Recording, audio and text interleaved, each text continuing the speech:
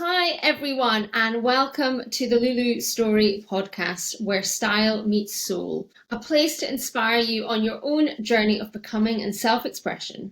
Through conversations with inspiring women, we will uncover what it is to truly show up as ourselves and the tricks and tips to build a wardrobe and style you love so you can feel at peace in your skin, be visible, and thrive as yourself. And on today's podcast, I am very excited to introduce Sarah Haran, who is the most incredible and successful bag designer. Welcome, Sarah. Thank you for coming on the show. You're so welcome, and thank you for having me. And that's a high accolade indeed.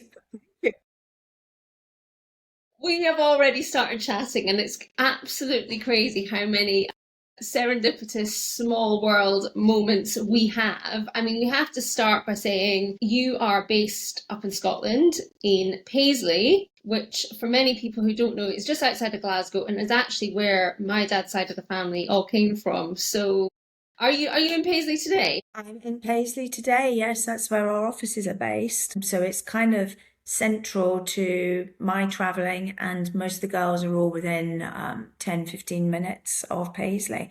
And it's back in the day, it was obviously a big mill town. So the building we're in is in the old mill. So there's a bit of history, which is quite nice. My husband's grandfather, great-grandfather actually, used to save people in the river at the bottom, and because there was a tannery here as well. And he was a tanner, and frequently people seem to fall into the river. Don't tell me why. Don't ask me how or why. But yeah, he was rewarded for all the lives that he saved. So Well, another little hopefully you're not having to do too many jumping into the rivers these days, but I'm sure just not. the kind of vibrancy you must bring to a place like Paisley, that optimism that, such a thriving brand, it's so exciting that you are based there and putting so much back into the kind of community. Yes, no, that is a nice thought, and it's kind of nice that there was a connection, so we didn't end up in a sort of a more of a soulless building. Um, and it was very old fashioned, and they've got pictures on the walls of all the old factory workers as children and things. It's a sharp reminder to what the Victorian times were really like. I haven't got It's any children fantastic. working for me. I love that heritage. Tell people who maybe don't know about the brand a little bit about the brand, what it's all about, and its USP.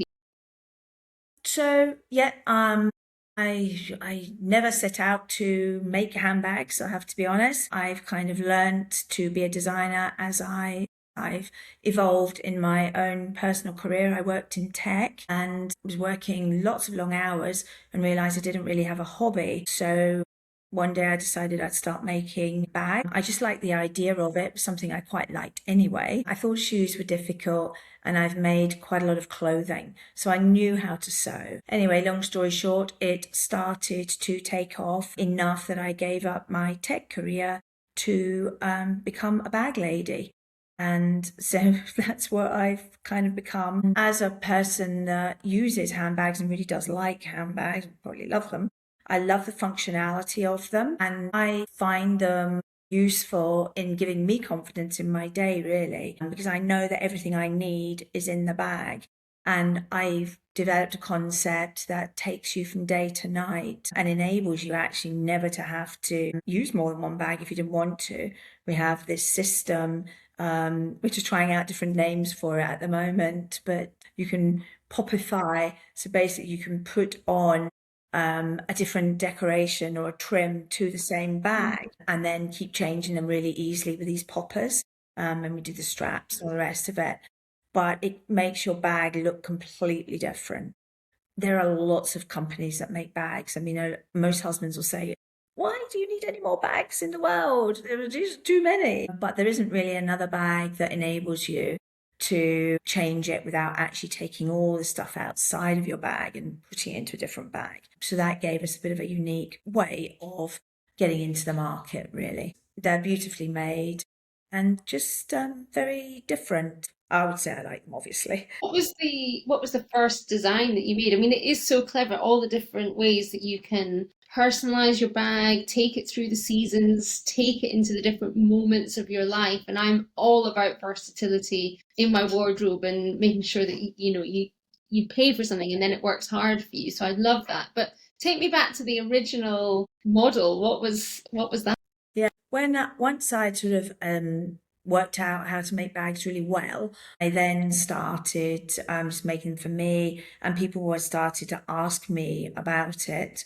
And then I set up a website through the tech business, and I was making bags to people's designs. So it was all very much customized. But in the back of my head, I was also developing a bag that I could use and then really sort of sell as maybe the start of a range. So the first bag I ever really designed properly was the Dahlia, and that was the first of the range. And it still is our hero handbag, really. It's a tote, and it comes with a pocket on the front, and that separates, and then you've almost got two bags in one, and then you can change that whole bag. And if your bag company sell more totes than anything, it's mid-size. I can make it bigger, you can make it smaller, you can fit your computer in it. It's got lots of pockets inside, so you're very organized. And I've sort of taken a traditional design and brought it into the Sarah Haran world and made it a bag that is now our most popular, and it's a really very useful bag and so versatile as well. That's fantastic. And what moment did you make the leap from the old career into the new? Like, what pushed you from one to the next? So different. Yeah, they are so different. But foundationally, most businesses similar, they have foundations. And so I just got to the point where there was a tipping point where I could see that there was actually an opportunity. And I was very senior in the tech company. I was the first employee, and I was a shareholder on the board. We were AIM listed, so it was a public company. And I just got to that point where I thought, I really do want to do this, give this bag thing a chance. I didn't feel fair that half of my head was on bags and the other half was on tech. And eventually it was getting to the point where I was more interested in the bags than I was in the tech. And I wouldn't want to, employ anybody that wasn't 100% in the job, and I just thought, well, it's time for me to do something different. So I took that leap, and it was scary. It's like all these things, change is always scary. But I thought, well, if I don't do it, I'll never do it, and then I'll never know. And it might it might end up on one of these bits of paper I wish I had. So yeah, decided to give it a go. And what do you think about your character? What do you think you have within you that kind of gave you that entrepreneurial spirit or the courage, the confidence? How would your friends maybe describe you that would, as to why you were able to succeed in it? But at the end of the month at the start, I always think you must have been mad, because you've got no money, had a really good job with lots of money coming in, and suddenly you're doing this. I suppose I am quite focused, and when I do something, I do want to do it and I do it properly. So there's no sort of half measures. And now I'm kind of in it. I kind of think, well, I just want it to be a success.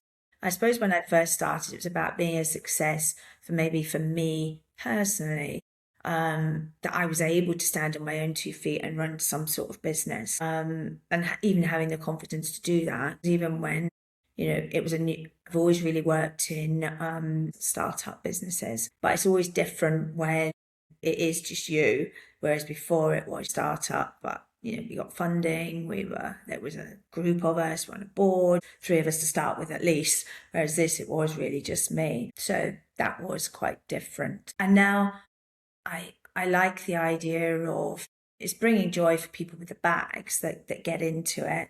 So we've got customers and we've got staff, we're not a massive team, there's 6 or 7 of us, and I want it to work well for them as well. Just a small group of different girls from all different backgrounds. So it's nice to have something in their kind of like bags as well. And if they didn't, they do now. So yeah.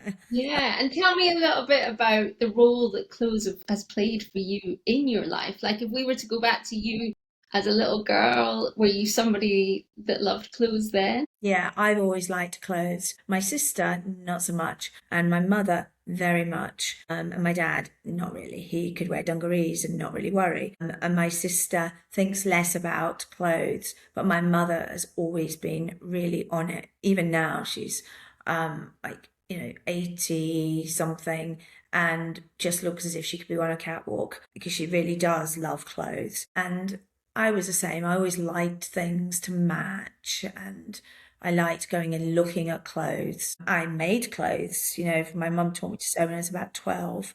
So I was at boarding school, so the weekends didn't really have very much to do. So I would make clothes at the weekend. I negotiated with the sewing teacher to let me into the sewing room at the weekend. So that was always quite nice. So yeah, I think clothes, but I do want them to give me ease and confidence as well. So maybe a bit more, maybe less fussy. And when you're younger, I think you're more worried about, oh God, what if somebody sees me this twice?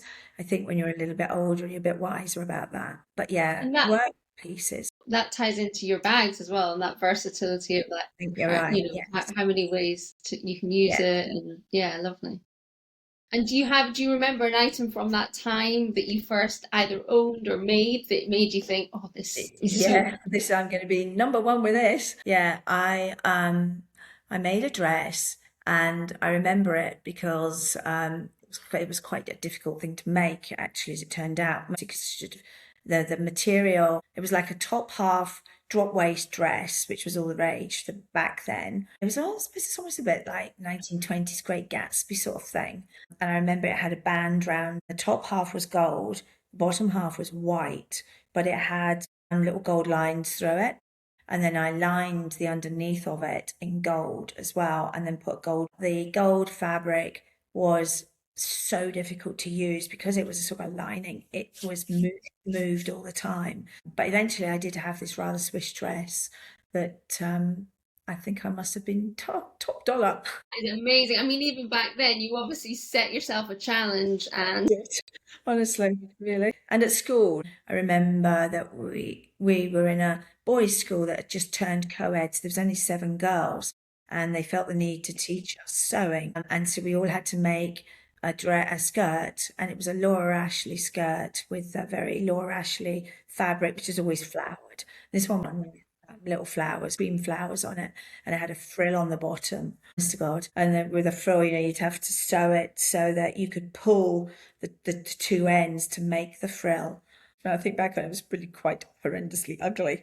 But, that was perhaps the thing then as well. So yeah, I'm clothes. very curious that your parents took the leap in putting you into a school that was mostly boys, and that you were kind of leading the charge with this new generation of girls going into school. And it's again feeling very similar energy, kind of leading this charge in startups and then in your own company. Do you think there's a through line? Yeah, there might be. I've never really thought of it like that. My father worked overseas. The first part of his career, he was going to some very difficult places, countries like Nigeria, not necessarily great to take a family to. But then he started getting places like Bangkok, the Middle East. So they had better infrastructure and more set up for bringing your family. So we were there from when we were 11. My sister was 10. And when we went to school first, and then we had to go to boarding school for doing senior school, really. And both schools that we went to had more girls introduced younger.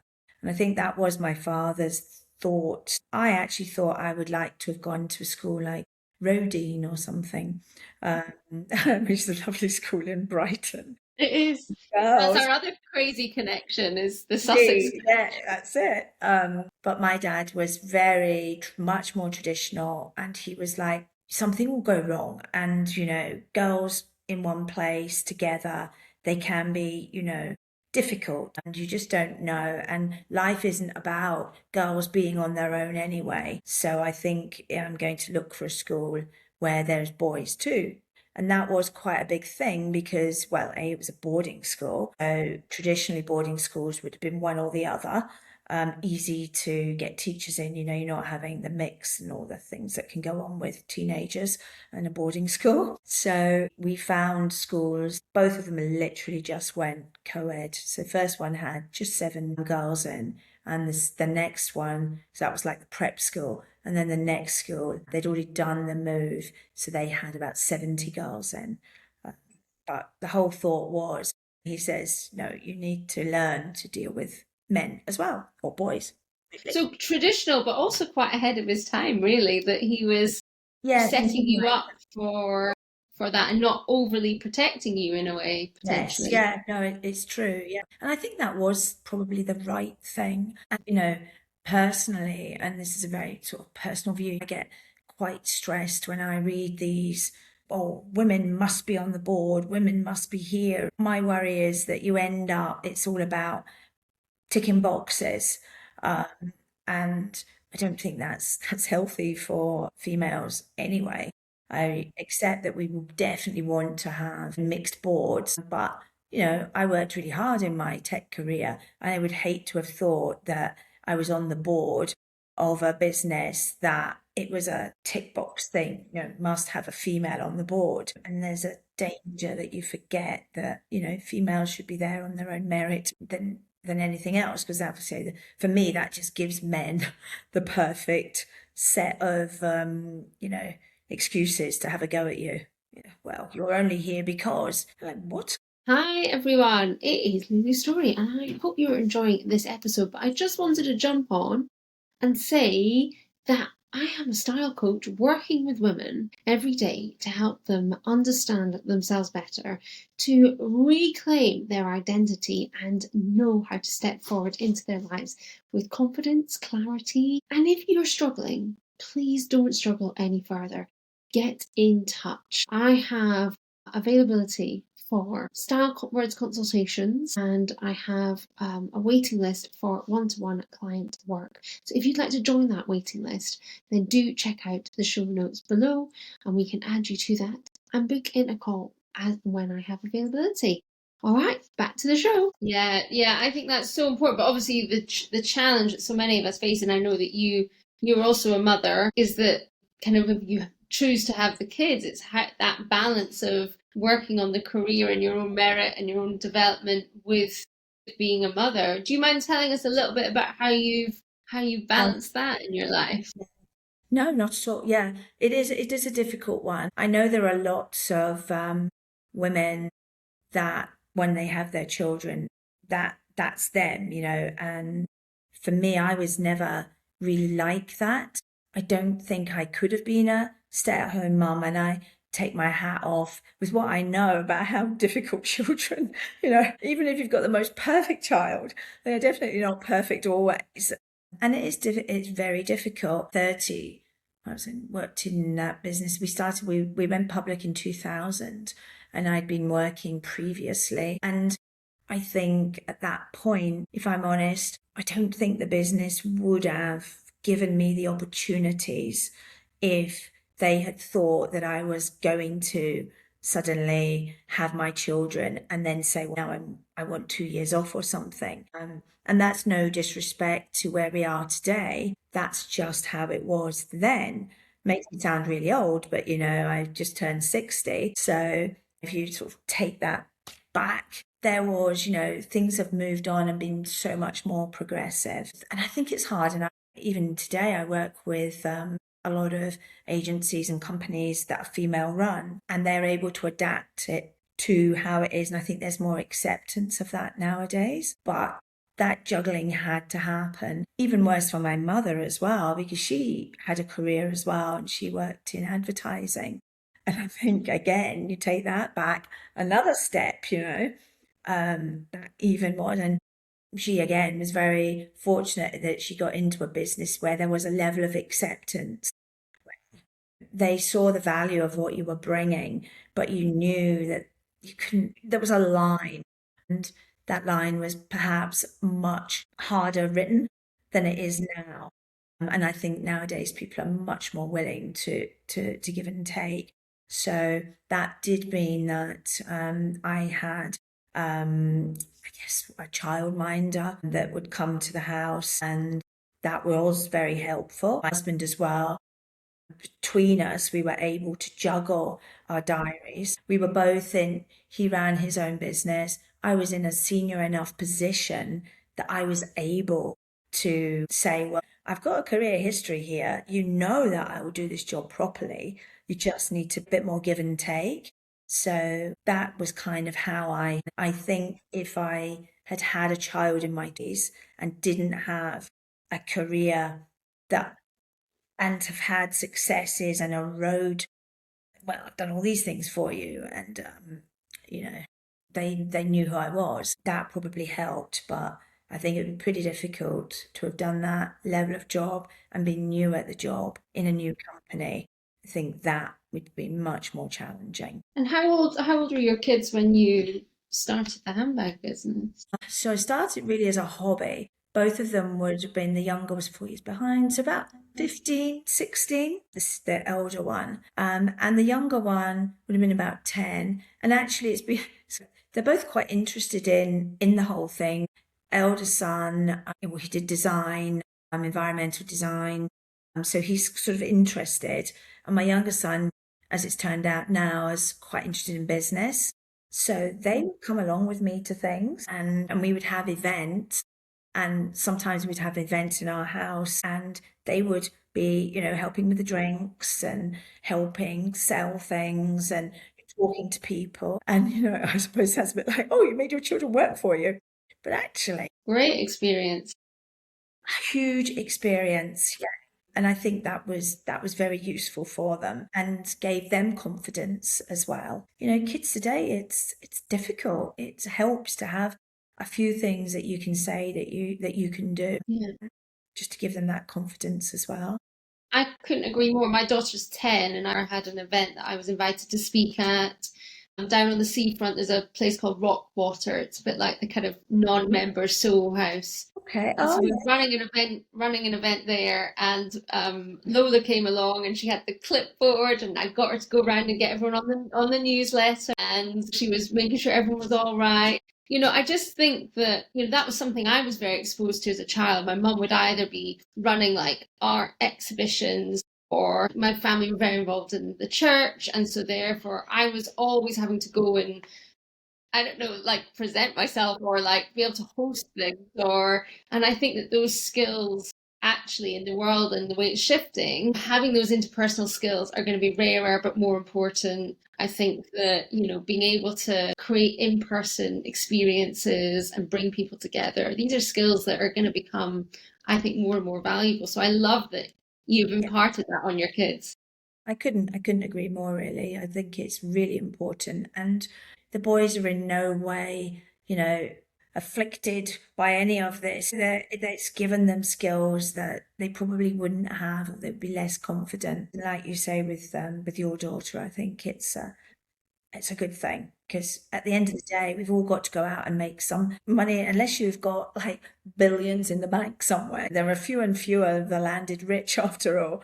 So I think it's good skill. You've got to be able to make some money for yourself and stand on your own 2 feet, and knowing that you can make money for yourself and can hold down a job. I think that is, again, a big area that gives you confidence. Yeah, makes jobs and life seem a bit less scary. Yeah, and it's making me also think just this kind of, I'm very interested in like how we reframe what success is. And of course we need to make money, and of course financial success is important, but there's so many other reasons that you go into business. There's so many other reasons that you follow your own ventures. And I love that maybe if somebody's listening to this and they've got their own kids, of thinking beyond what the bank balance is saying and potentially what they're teaching their children. Resilience and values, and at the end of the day, you don't need to be a billionaire. You need whatever you need, but all of these other skills are valuable. So yeah. So how long has the business been going? Officially, I started it in 2017. I registered it as a company then. And I think for the first couple of years, we were kind of like faffing around and just trying to find it and figure it out, really. Really, funnily enough, COVID, most other people we had an online business at that point anyway. We were already online selling handbags. And when they said lockdown, I was like, oh my God, handbags, it doesn't really go very well. Most people take a handbag to go out, but actually, for us, it gave a great lift because we were already online and people had a bit more time. And of course, they had a little bit more money as well because we were already doing Facebook advertising. People started to find us, and that really became the springboard to us doing a lot better than we had been, just because we were there at the right time, really.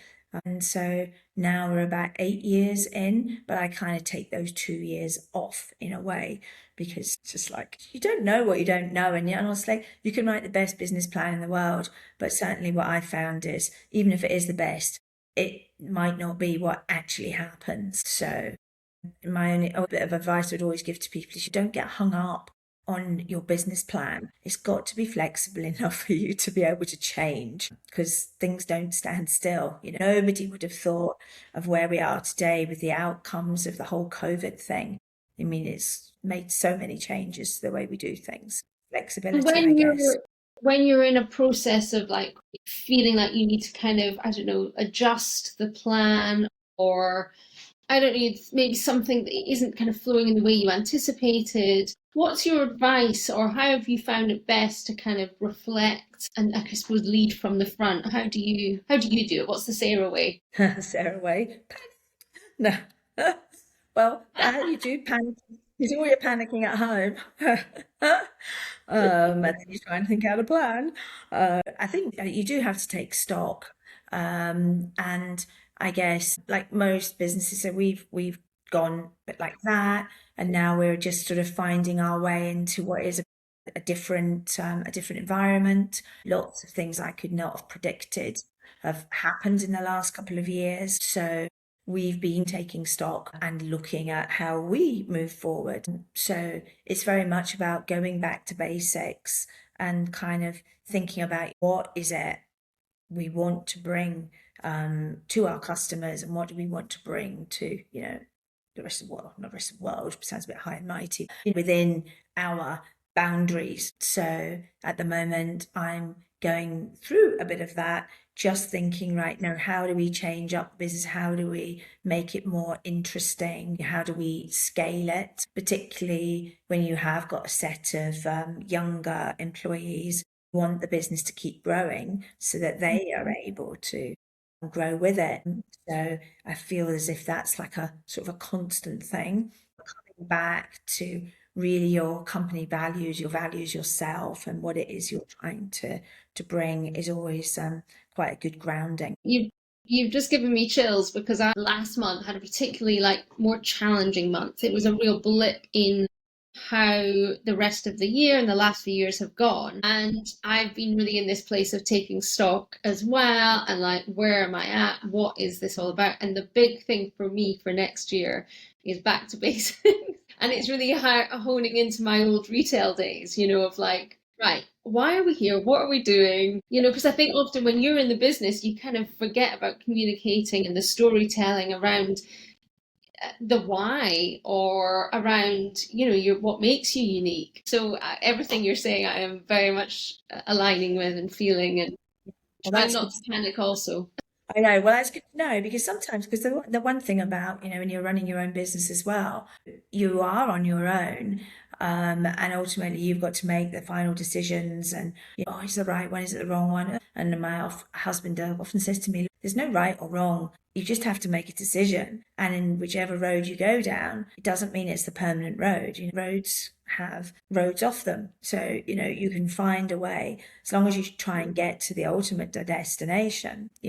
So you've got to be willing to change the route as you go, and I guess that is what's happening. So it's good to know that these things happen. I'm pretty sure from speaking to a few other female run businesses, and just everybody's taking stock at the moment. Things are not as they probably expected at the start of the year. All of the things that we're having to deal with as businesses, they definitely were not written in my business plan this year. So you are having to react and make changes, and it makes it challenging.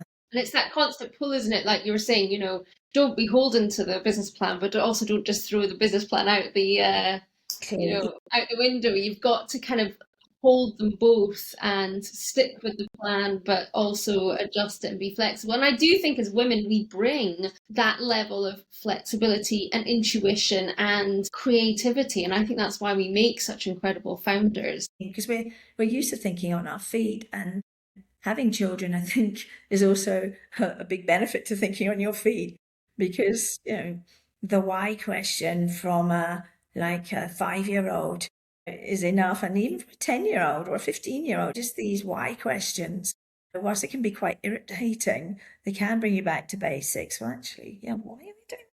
Yeah, sometimes it's just the why thing. And I guess really it's like writing if there's any part of your business plan that's probably the most useful, it's the exec summary, the opening reasons as to why you're doing everything, and going back to that. And I did the Goldman Sachs course last year. In fact, they sort of finished in the middle of last year and started the previous year.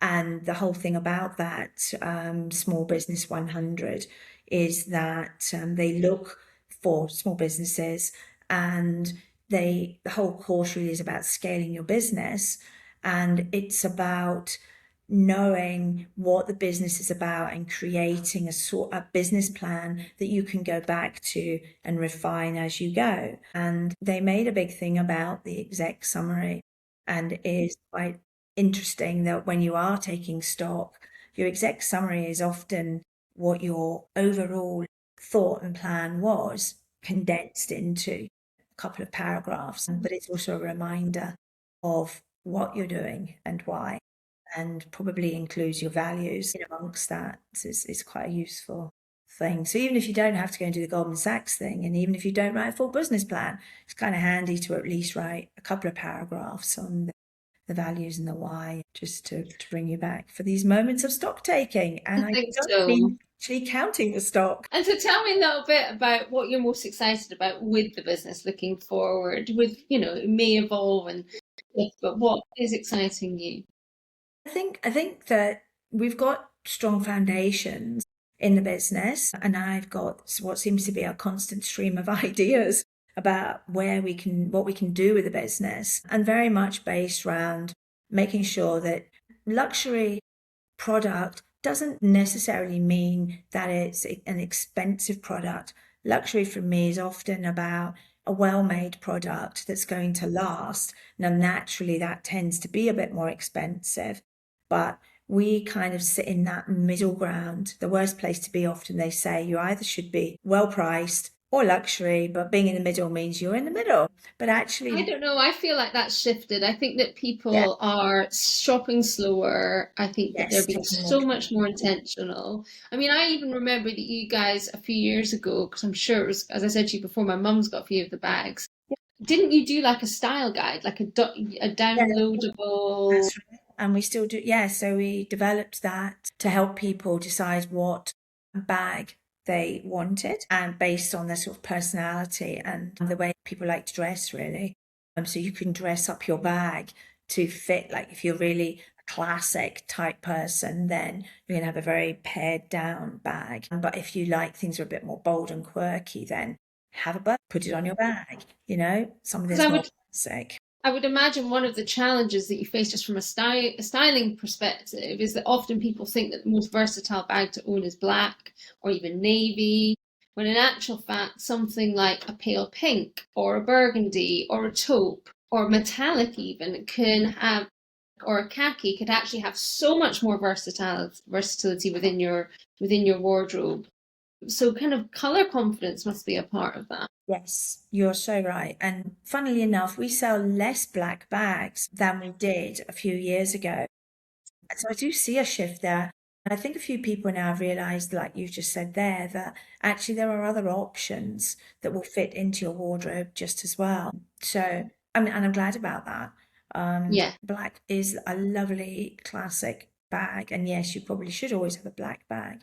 But I probably had 10 or 20 black bags, and it's like I couldn't do anything with them other than they were black bags. So And Yeah, so especially this, with you being so blonde, that's a very heavy colour. Turn this up. I'd love to know.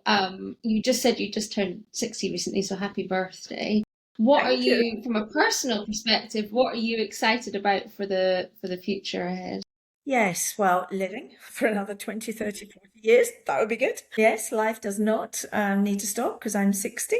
I, I've actually saw a few friends that have retired earlier and said the best thing you can do is keep doing something that fills your life because otherwise you're just gonna be like, there's only so many shopping trips you can take in any day of the week, and there's only so many lunches. So I'm excited that we've still got a really good concept. It's a tiny part of the world that's even heard about us. So there's lots that we can do there. That gives me excitement. I'm excited to meet and show other new customers our concept. I think that there's no reason why we shouldn't think big and think that we could be up there with the Mulberries and all of these bigger brands. Why not? Amazing. So still as ambitious as ever. Still Still, that little girl that was at the yeah. beginning who was like, I'm going to work out how to get that gold bow on that dress. Amazing. Well, thank you so much, Sarah, for coming along today.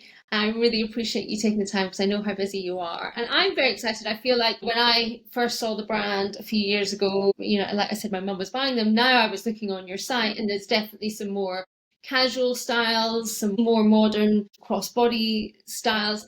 And I was just thinking, oh, this is speaking to, I think, women beyond kind of 50s and 60s. So I would really encourage everyone to go and check them out. And I love your creative concept. Yeah. So good luck with it all and thank you.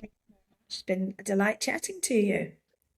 Hi everyone, it is Loulou Storey and I hope you're enjoying this episode. But I just wanted to jump on and say that I am a style coach working with women every day to help them understand themselves better, to reclaim their identity and know how to step forward into their lives with confidence, clarity. And if you're struggling, please don't struggle any further. Get in touch. I have availability for style words consultations and I have a waiting list for one-to-one client work. So if you'd like to join that waiting list, then do check out the show notes below and we can add you to that and book in a call as and when I have availability. All right, back to the show. Thank you so much for listening to this week's podcast. We want to spread the word far and wide. So can you share this or send this episode on to a friend? Or perhaps you would like to check out some of the other episodes that we have recorded recently. I have done some fantastic ones about body shape with Anna Barkley. I spoke recently with the founder of a huge fashion brand Aunt in America, who has recently become a medium about the link between spirituality and style. I have also had the privilege of speaking with Anna Cascarina about how to unlock your forever wardrobe. So whatever you're struggling with, we are developing a really great selection of episodes for you. So do go back into the archive and find something else you might love. If you have any other suggestions on who we should interview next, then do get in touch and let us know. I'll put the email address in the show notes. And also, you can find me on Instagram at louloustory_stylist. You can also find me on Substack, where we have a whole host of amazing ways of supporting you, whether that's our monthly Q&A with how to maximize your wardrobe, or our seasonal workshops to help you transition into the season. I'm always here to support you on your style journey in life and becoming the woman that you know is within. So please get in touch in all those places. And if I can be of help to you and your style, then do not hesitate. Your time is now.